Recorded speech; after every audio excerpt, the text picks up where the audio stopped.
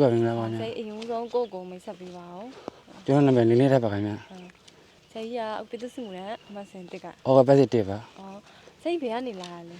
အိမ်မဲကျောင်းကပါ အော် အေးရောက်တဲ့အောင် ရောက်တယ် ဟုတ်ကဲ့ဗျာ အခုတာဝန်ကြတာကတာဝန်ကြတဲ့တက်က ခမတိလောက်ခံခမနေနဲ့ဆရာပါခင်ဗျာ အဲ့ဆိုတောင်းစင်းကလေးကဒီမှာတာဝန်ကြတာ ဒီမှာပဲတောင်းကြရဗျာ တင်းတန်းတော်ဆရာကြီးဘယ်မှာတက်ခဲ့ရလဲ ဒီနေ့ဟိုကဗလဲပတ်တစ်တောင်းဟုတ်ကဲ့ ဟိုဟာအုတ်တယ်အုတ်ပတ်တစ်တောင်းဗျာ အဲ့တော့ဆရာကြီးဟိုဟာဒီတိုက်ပွဲအတွေ့အကြုံတွေပါရှိမှာပေါ့ ရှိပါဗျာ တိုက်ပွဲတွေဘယ်နှပွဲလောက်တိုက်ပြီးပြီလဲပြီးရင်အဲ့အတွေ့အကြုံတွေကိုလည်းပြပြပေးပါ ဟုတ်တိုက်ပွဲတော့ဟိုကြောင်မဲပေါ့နော်ကြောင်မဲကနေပြီးတော့တောက်ခမ်းကနေပြီးတော့ဒီရခိုင်ပေါ့ရခိုင်တော့မှပြက်ဆင်းလာတာပဲ အဲ့မှာဘယ်လိုတိုက်ခဲ့ရလဲအတွေ့အကြုံလေး အတွေ့အကြုံတော့ကျွန်တော်ဘန်ကဗလဲအာပဂျီဆန်းပြစ်တာအာပဂျီရောနော်ဒါကလက်နဲ့ကြည့်ပေါ့အင်းရန်သူကဘန်ကတွေဖြူတာပါဒါပေမဲ့ကြပါတယ်ဒီကောင်းနေ အဲ့ဒီမှာဆရာကြီးဘယ်လိုတိုက်ခဲ့ရလဲဘယ်လိုမျိုး တိုက်ခဲ့ရဆိုတော့စစ်သားဆိုတော့တည်ရမလားသွားရင်လည်းသွားကျင်းနေကျင်းတာပဲဒါမှလည်းကိုယ့်ရဲ့ခံယူချက်နဲ့ပေါ့နော်ကိုယ့်ရဲ့နေသားနဲ့ကိုဒီမှာလောက်ခိုင်းတက်ခါခဲ့တဲ့ဟာတွေနဲ့တော့အများဆုံးတော့တိုက်ခဲ့ပေါ်တယ် အဲ့လိုအခက်ခဲတာတွေကျတော့ဘယ်လိုမျိုး ခက်ခဲရတော့စစ်သားတော့ယူပါပဲ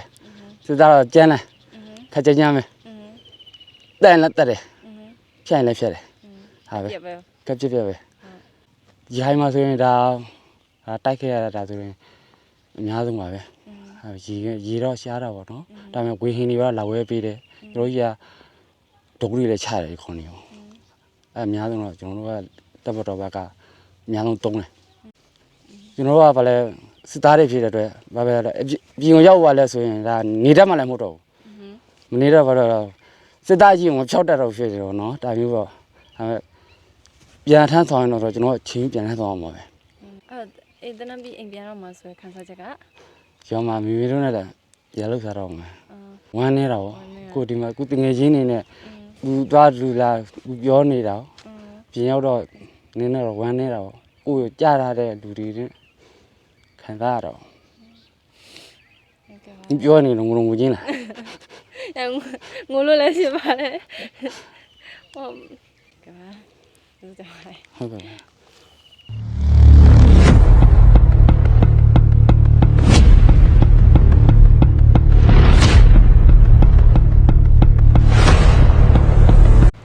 ဆိုင်မင်္ဂလာပါ မင်္ဂလာပါ အရင်ဆုံးဆိုင်ကိုကိုမိတ်ဆက်ပေးပါဦး ကျွန်တော်နာမည်မောင်အောင်မြင့်ပါကျွန်တော်ကတော့ဟိုဒါတီဝိုင်းနေပါလိုက်ပါတယ်ကျွန်တော်ကအကုန်လုံးအနုပြန်သမားပါဟုတ်ကဲ့ပါအဲ့ဒါပဲ ဆိုင်ပြည်သူ့စစ်မှုနဲ့ပတ်စံတစ်ပေါ့ ဟုတ်ကဲ့ပါတင်မြဆောင်2024 အခုပြန်ရတော့မယ်ဆိုတော့ဘယ်လိုမျိုးခံစားရလဲ ဝမ်းတာတာပေါ့ဒါဘယ်လိုပဲလေကိုမိသားစုနဲ့ပြန်တွေ့ရမယ်ကိုညင်ကောင်လုံးကလည်းပြန်တွေ့ရမှာပေါ့နော်ဟိုကိုရွာကိုလည်းကိုပြန်ရမယ်ဆိုတော့အရန်လည်းပျော်တာပေါ့အဲ့လိုမျိုး ပြန်ရင်ဘာလုပ်မှလဲ ပြန်ရင်ကျွန်တော်ကဘာလုပ်မလဲဆိုတော့ကျွန်တော်ကလဲတော့ရှိတယ်လဲရှိပေမဲ့ကိုလည်းပဲကိုပြန်လုပ်မှာပေါ့နော် ဆိုင်အဲ့လိုဒီတောင်းတင်းနှန်းဆင်းတော့နော်ဒီကိုဆက်ရောက်တော့ဒီမှာဘာရေးတော့ရလဲဆို ကျွန်တော်ဒီမှာဘာလို့မှာကျွန်တော်ဒီမှာကျွန်တော်တက်ဒီမိခင်တက်ရင်ပေါ့နော်ဒါကျွန်တော်ခါမရ903လေတိတက်ရင်ပေါ့ဒီတက်ရင်ရောက်လာတော့ကျွန်တော်တို့ဒီမှာကနေပါတယ်နေပြီးတော့ကျွန်တော်တို့18ရက်လောက်ကြာတော့ကျွန်တော်တို့စစ်စီတစ်ခါတန်းထွက်သွားတာ စစ်စင်ရကြပေးဦးထွက်ရ ကျွန်တော်တို့ဟိုဒါကြောင်မြောင်းပေါ့ကြောင်မြောင်းရွှေကူတို့ကြောင်မြောင်းတို့ဒီဟိုဒါကြောက်ဖွဲဆက်တို့ပေါ့နော်အဲ့ဘက်တွေကြာတာပေါ့နော်အဲ့ဘက်တွေကြာ အဲ့မှာ fight ခဲ့ရသေးရပေါ့ ဟာလောက်တာပေါ့ အဲ့အတွေ့အကြုံလေးနည်းနည်းရှင်းပြောပြပေးရော ဟာဒီကောင်တွေကပြောမဆိုရင်ဒါပေမဲ့ဒီကောင်တွေတက်မတော့မနိုင်ဘူးဘယ်လိုပဲဖြစ်ကျွန်တော်တက်မတော့မနိုင်ဘူးဆိုတာဒါကျွန်တော်တို့ကဘယ်လိုခေါ်မလဲဆိုရင်တက်မတော့ဆိုတာကျွန်တော်တို့အဖေတွေအမေတွေမမွေးခင်တည်းတက်မတော်ရှိလာပြီသားဒီကောင်တွေပေါ်လာတာ5 6နဲ့9နဲ့ပဲရှိသေးတယ်ဟုတ်တယ်မလားဘယ်လိုခေါ်မလဲဒီကောင်တွေကိုမရှိတာပိုကောင်းလားကျွန်တော်ချိန်မုန်းနေတယ်ဒါအပုံနဲ့ပြောတာပေါ့နော် အဲ့ဒါဒီကကိုယ့်ရဲ့ဒီပတ်ဝန်းကျင်လူနဲ့ခွဲရတော့မယ်ဆိုတော့ အဲဒါတော့ဟိုတငယ်ချင်းပေါင်းသင်းဆိုင်တာခဏပေါ့နော်ဟိုဝမ်းတော့နေကြတာပေါ့နော်ဘယ်လိုခေါ်မလဲ နှစ်လောက်သူတို့နဲ့ထိတွေ့ခဲ့ပြီးတော့ဗောနော်ထိတွေ့ခဲ့ပြီးရှင်အဲ့လိုအခက်ခဲတွေကြော်လာခဲ့အတူတိုက်ခဲ့ကြဒီရဲဝရဲဘက်တွေပေါ့နော်နဲ့ခွဲရမှာဆိုတော့သူတို့ကရော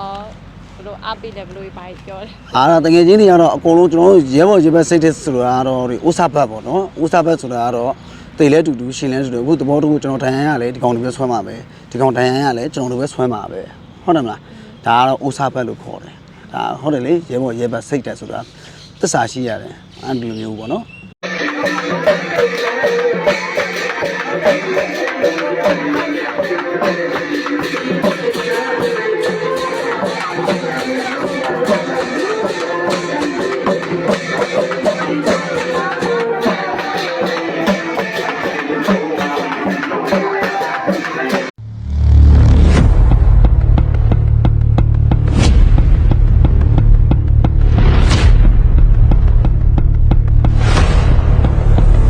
ဆရာတို့မင်္ဂလာပါ ဟုတ်ကဲ့ပါဗျ ဆရာတို့အခုဒီတနန်းဆောင်ဝင်လာတော့ခန်းစားချက်လေးကိုပြပြပေးပါဦး တနန်းစောက်လာခန်းစားချက်ကပြောကျွန်တော်ဒီအတွေ့အကြုံဒီငကိုရတယ်ကိုကဒီအတွေ့အကြုံတစ်ခုကိုကျွန်တော်လိုချင်တယ်လိုချင်တယ်ပြီးတော့ဒီစုမှုထံကာလဒီစုမှုထံစပြီးတော့တတ်မှတ်တဲ့အချိန်မှာလဲကိုနှိုက်ကလည်းဝင်နေတဲ့ဆန္ဒရှိရတဲ့အတွက်ကိုယ်စိတ်ကိုလည်းပြပြင်နေတာနဲ့ကျွန်တော်ဒီဝင်လာဖို့ဟုတ်တယ် ဆရာတို့က ကျွန်တော်ဟဲ့လိုပဲဝင်လာတော့ပထမတော့ကိုယ်စိတ်နဲ့ကိုယ်သွားဝင်တာပေါ့ရက်ကွက်မှာကိုယ်စိတ်နဲ့ကိုယ်သွားဝင်ပြီးတော့တမတော်လည်းရောက်မှပထမတော့ကြောက်တာပေါ့နောက်ပိုင်းကျတော့နေကြလာတော့ကိုယ့်ကိုရဲတင်းတင်းနဲ့ပဲကြိုင်းပဲနေလာပေါ့နော် ဆရာရောဘယ်လိုမျိုးခံစားရ ဆိုကန်သားတယ်ဆိုတော့စဝင်တော့ပီတိဖြစ်ပြီပါတယ်အုတ်လိုက်ကြီးဆိုတော့ဝမ်းနဲ့တန်ပြီပါတယ်ဒီတင်နှန်းကျောင်းမှာလည်းစားတော့ရတာဆင်ကြီးလေအဲ့လိုမျိုးပြောတယ်ကိုတဘောနဲ့ကိုပြီးပြီးတော့ဒီထွက်တာပေါ့ တနန်းစတဲ့တော့ကြုံခဲ့တဲ့အမှတ်တရရရှိလား တနန်းစတိုင်ကကျွန်တော်ကမှတ်တရဆိုတော့ကိုကလည်းဒီဘယ်လိုရမလဲအပေါင်းမိတ်ဆွေအစ်စ်တွေနဲ့ဘယ်လိုဒီယောက်ျားဒီမတ်ထောင်သားသမီးဆိုတော့အများကြီးနဲ့ကိုဘယ်လိုရမလဲအတွေ့အကြုံတွေလည်းအများကြီးရတယ်ပြီးတော့ဆရာကြီးရေဘူလေးရဲ့ပြောပြဆိုလမ်းပြမှုတွေနဲ့ဆိုတော့တနန်းကျောင်းမှာအတွေ့အကြုံတော်တော်များများတော့အမှတ်တရအများကြီးဖြစ်ပါတယ် အခုပြန်ရတော့မှဆိုတော့ဘယ်လိုခံစားရလဲ ဆရာမဆိုတော့တော်တော်ပြောပါတယ်အပြင်မှာလည်းနေကျင်နေရနဲ့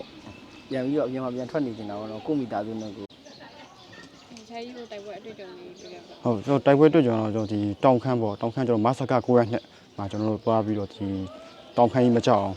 ကျွန်တော်ဟိုဟာပေါ့ကာကင်းနေနဲ့ကျွန်တော်သွားပြီးတော့နေခဲ့ပါဒီကောင်နဲ့ဒီကောင်နှစ်ရန်ကျွန်တော်တို့လာပြီးတော့ဒီမဆက9ရက်နှစ်ကိုမရမကလာတိုက်တယ်တခါတိုက်ပြီဆိုတော့ကျွန်တော်အင်အား8ဟိုဟာပေါ့900နဲ့800ကျာ1000နီးပါးပေါ့တခါတော့ဒီကောင်နဲ့ပတ်ပြီးတော့ကျွန်တော်တို့စိတ်တပိုင်းဆိုင်ရာကိုဒီကောင်နဲ့ဒုံနေနေရောအောက်ကလူရင်းအလုံးလိုက်ရင်းလိုက်နေတော့ဖြန့်ပြီးတိုက်ဒါပေမဲ့တိုက်ရမှာကျွန်တော်စစ်တီတွေကလည်းသူ့လိုပြောရင်ဒီယာကြီးဟိုမပအောင်ဆိုတဲ့စိတ်တက်မျိုးနဲ့ကျွန်တော်အကောင်းဆုံးပြန်ခုခံနိုင်ခဲ့ဒီကောင်နဲ့အင်းရန်လာတိုက်ပြန်လန်ကြောက်သွားကျတော့ဒီကောင်ဒီဘက်ကအကြပြုပြီးတယ်များလာဒီကောင်ဒီဘက်စိတ်တက်စစ်စီကကြာဆင်းသွားတယ်လို့ကြာဆင်းပြီးတော့ပုံမှန်နေ့တိုင်းလာတက်နေနေမှာနေ့တိုင်းလာမတိုက်ဖြစ်တော့ဘူးတစ်ပတ်တစ်ခါတော့ပြန်လာလိုက်ဒီကောင်တွေပြန်ပြီးတော့အထင်ညာလို့ပြန်ဆုတ်ခွာသွားလိုက်နဲ့ဘယ်လိုပေါ့တို့ကျွန်တော်ရှိခဲ့ရပါကျွန်တော်မှာ ဆရာကြီးရောဘယ်လိုမျိုးဖြစ်ခဲ့ရလဲကိုယ့်ရဲ့အတွေ့အကြုံလေးရှင်းပြောပြပါ ဒီလိုကြုံလဲဆိုတော့သူတို့ကတော့ဟိုလူကတော့ပုံများတာပေါ့နော်သူတို့ကြတော့များတယ်ကျွန်တော်တို့ဘက်ကလည်းဒီဘက်ကလမ်းနဲ့မချဘူးဘယ်တော့မှဟိုစစ်တက်ဆိုတော့လည်းအရှုံးတော့မပေးဘူးပေါ့အနိုင်ပဲအနေနဲ့ယူနေတော့အနိုင်တော့ရအောင်ယူခဲ့တာပေါ့အဲနောက်ပိုင်းနေသူတို့စုပ်သွားတာပေါ့နော်ပြေးကြတယ်နောက်ပိုင်းကျတော့မရှိတော့ဘူးသူတို့ပြေးသွားကြတယ်သူတို့တော်တော်များများအထိနာကြတာပေါ့သူတို့ဘက်ကတော့ သုံးယောက်လုံးကတနေရာထဲမှာ တနေရာတိုက်ခဲ့ရတာဟုတ်ကဲ့ ဆရာဝင်ချင်တာလိုပဲတနက်ကင်လေးစစ်တိုက်ရမယ်လို့ထင်တယ် မတင်ဘူးပေါ့နော်မတင်ဘူးအဲ့လိုကြတော့မတင်ဘူးဆိုတာဟိုအပြင်မှာပြောတာတော့လုံခြုံရေးမျိုးလေးလုံခြုံလောက်ပဲလို့ပြောတယ်ဒါပေမဲ့တက်သေးရောက်တော့ဒါချင်းနေချင်းမြန်ဖြစ်တဲ့အတွက်ဟိုတိုက်ရမယ်ဆိုတာတော့သိတယ်နော်တင်နဲ့ဆင်းလာပြီးတော့မိုးမှန်သွားတယ်မိုးမှန်နေပြီးတော့တခါလေးပဲအဲတောင်ခမ်းကိုနောက်ချိုးရောက်သွားပါဘောနော်နောက်ချိုးမှာပဲစစ်စင်စဖြစ်တာပေါ့တိုက်ပွဲတွေပထမစဖြစ်တော့ကြောက်တာပေါ့နော်တပွဲဖြစ်တော့ကြောက်တယ်နောက်ပိုင်းလေးကျတော့မကြောက်တော့ဘူးကိုမကိုပဲရဲတင်းနဲ့ပဲတိုက်တယ်ဘုံမတီပြန်သွားမှာပဲဆိုတဲ့စိတ်ဓာတ်နဲ့အနိုင်အောင်တိုက်တယ်။အဲ့ဒါတော့မချဘူးဘယ်တော့မှဆိုတော့အဲ့လိုပဲတိုက်ခဲ့ရအောင်နော် ရှေ့တန်းထွက်ချင်လာတော့မင်းနဲ့ကြိတ်ခံကနေရပြီမောင်တို့ကြဖို့အိမ်လေးပြင်မေးand you give with it so down in theညင်ရီတွေလိုလိုပဲyou way me နေအနေဝေးဒီနေ့ရလေးပြီးလက်ချိုးလို့ရတွင်နေမိနေတန်တန်ဝမ်းမောဆောင်လာရဲ့လူကြောင့်ပါမင်းတဲ့မြောက်ကိုအစနာစရတာအမြဲပူပဲနေစတာရဲ့ချစ်သူပဲ Yes, you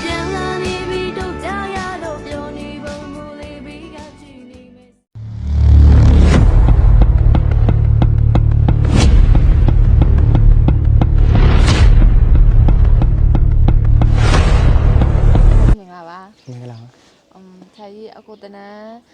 န်းစတဲ့တော့ခန်းစားချက်ကိုပြပြပေးပါဦး တနန်းစတက်တော့ကတော့တနန်းမှာတော့ပြောတယ်ဟိုဒီတက်ပြန်ရောက်တော့လည်းပြောပါတယ်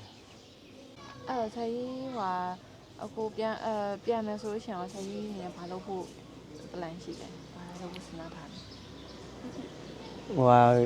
ရန်ကုန်မှာတော့ပြန်ရနေပါလေလောက်တယ်ဒါပေမဲ့အခုကတော့တက်ထဲမှာပဲပြောတယ် အဲ့တက်ထဲမှာပဲပြန်ပြီးတော့တာဝန်ထမ်းဆောင် ဟုတ် အဲ့ဒါမဝင်ခင်တော့မှဆုံးဖြတ်လိုက်တာလားဒါမှမဟုတ်ဒီဝင်ပြီးမှဆုံးဖြတ်လိုက်တာလား ဒီဝင်ပြီးပါပဲဆုံးဖြတ်လိုက်တာနှစ်နှစ်ပြည့်တော့မှ ဘာလို့ဆုံးဖြတ်လိုက်တာလဲ တက်ထဲမှာပြောလို့ ပြောတယ် ဟုတ် ဒီမှာနေအပ်ပြောတယ် ဟုတ်ကဲ့ အခုလိုဖြစ်တဲ့ကျေးဇူးတင်ပါတယ် ဟုတ်ကျေးဇူးတင်ပါတယ် ပြည်သူ့စစ်မှုထမ်းနေရဆိုလို့ရှင်တော့တာမန်အရက်သားဘွားကနေတက်မော်သားဘွားကိုရောက်ရှိလာခဲ့ကြတာပဲဖြစ်ပါတယ်။စနစ်တကျပြုစုပြောထောင်လေ့ကျင့်ပေးမှုတွေနဲ့အတူအခက်အခဲတွေကိုဖျက်ဆီးကျော်လွှာခဲ့ကြပြီးတော့တမတ်ကာလအတွင်းမှာတာဝန်ထမ်းဆောင်ရင်းနဲ့တက်မော်သားတွေရဲ့ပင်မဆင်းရဲမှုတွေကိုကျိုးစွန်အနစ်နာခံမှုတွေနဲ့ပေးဆက်ဆွန့်လွတ်မှုတွေကိုကိုယ်တိုင်ကိုယ်ကျတွေ့ကြုံနားလည်ခဲ့ကြရတာပဲဖြစ်ပါတယ်။ဒါကြောင့်လည်းပြည်သူ့စစ်မှုထမ်းဟောင်းတဲ့အဖြစ်သူတို့ရဲ့ဇာတိမျိုးရာတွေကိုရရှိချိန်မှာအရက်ဘက်နဲ့စစ်ဘက်အကြားအပြန်အလှန်ယုံကြည်နားလည်မှုကိုတိစောက်ပြီးမဲ့ခိုင်မာတဲ့အင်အားဖြင့်ဂုံယူဝင်ကြားစွာနဲ့ပြန်လည်ရောက်ရှိခဲ့ကြတာပဲဖြစ်ပါတယ်။နိုင်ငံတော်အတွက်တောင်းတနေရာကနေအားဖြည့်ကူညီခဲ့ကြတဲ့ပြည်သူ့စစ်မှုထမ်းဟောင်းတွေအတွက်ပြည်မီတို့ကဂုံယူကြောင်းဒီနေရာကနေထပ်လောင်းပြောကြားချင်ပါတယ်။အဆုံးထိကြည့်ရှုပေးရတဲ့အတွက်လည်းကျေးဇူးအများကြီးတင်ပါတယ်။ Channel လေးကိုလည်း like and subscribe လုပ်ဖို့မမေ့ပါနဲ့နော်။အားလုံးနောက်မှတွေ့ကြမယ်။တတာ